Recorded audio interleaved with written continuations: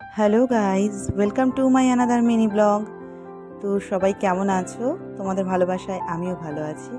সকালবেলা ঘুম থেকে উঠে স্নান সেরে পুজোটা সেরে নিলাম। তারপর একটু ব্যাংকে যাব, ব্যাংকে একটু দরকার আছে। তো রেডি হয়ে ব্যাংক থেকে ঘুরে এসে বাড়িতে প্রচুর কাজ আছে, সামনেই দোল আসছে। তো ঘর দুয়ার একটু পরিষ্কার করতে হবে আজকে, তাই সেই ঘর দুয়ার পরিষ্কারের কাজটা সেরে ফেললাম।